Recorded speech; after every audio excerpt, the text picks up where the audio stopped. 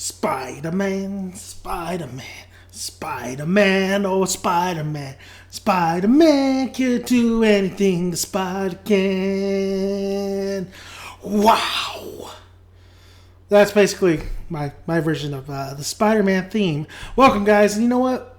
I think we need to talk about the upcoming Marvel / Sony Spider-Man movie. That's not due until how long? After Civil War. After Civil War, basically, Spider-Man will make his appearance, and then it'll go a solo Spider-Man film for Sony. Now, you got to remember, Sony still has pretty much Spider-Man. They have the rights, the movie rights. Marvel is just helping them out.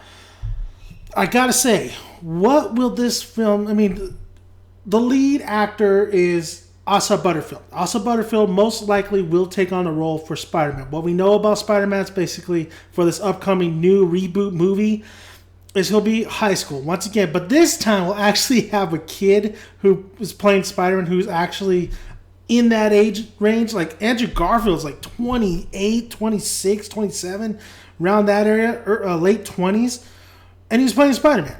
And we were acting like he was in high school and this and that. I thought it was terrible. Even Tobey Maguire was older than the role required. Definitely older than the role required. But Asa Butterfield is around, he's about 18 years old. He will be playing like a high school student. I believe we're not getting the origins of Spider-Man. It hasn't been like confirmed, but most likely no origin story. It's just he's already Spider-Man, which is fantastic. But the main question that lingers, who will the love interest be? Who will be the love interest of Spider-Man, a.k.a. Peter Parker? Now, some say Gwen Stacy should, even though we had Amazing Spider-Man have Gwen Stacy be the love interest. That was Emma Stone, and she rocked it.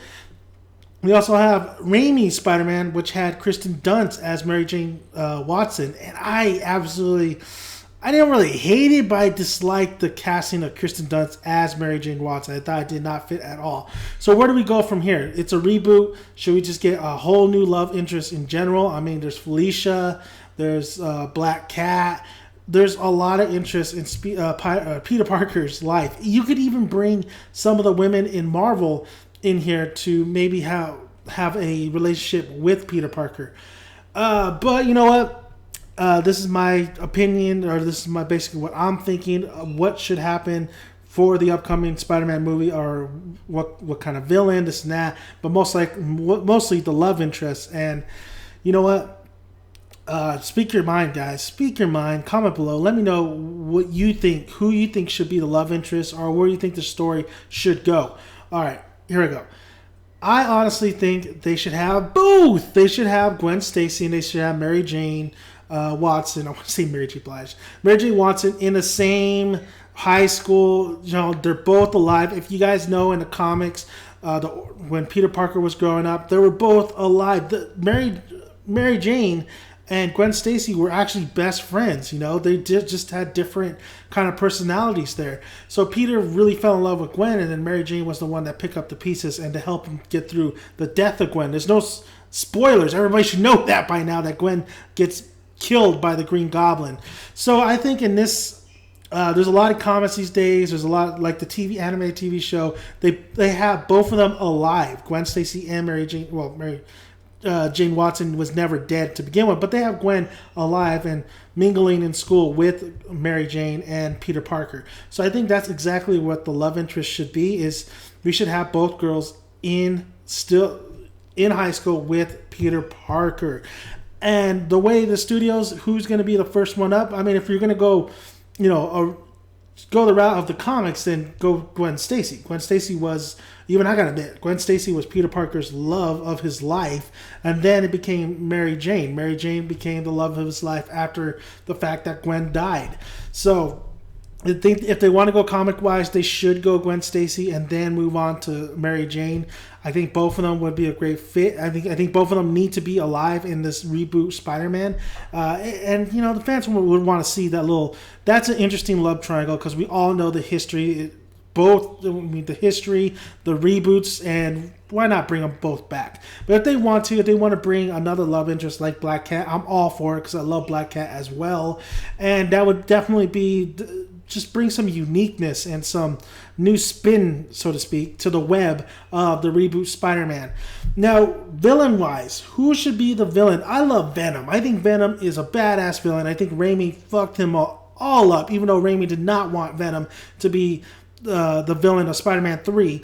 But I think you save villain for later on. And I think you save Carnage for later on as well.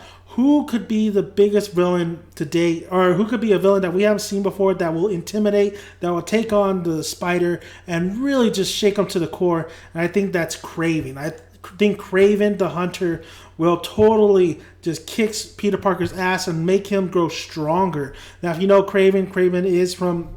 I know him best for the animated series, and he's this hunter. He has this he's like a Captain America. Basically, he enhanced himself in a serum. He could smell. He's like an animal. He has his senses just all went up. So when he's hunting Peter Parker, I mean, he's just fast. His strength is up there. He's super strong.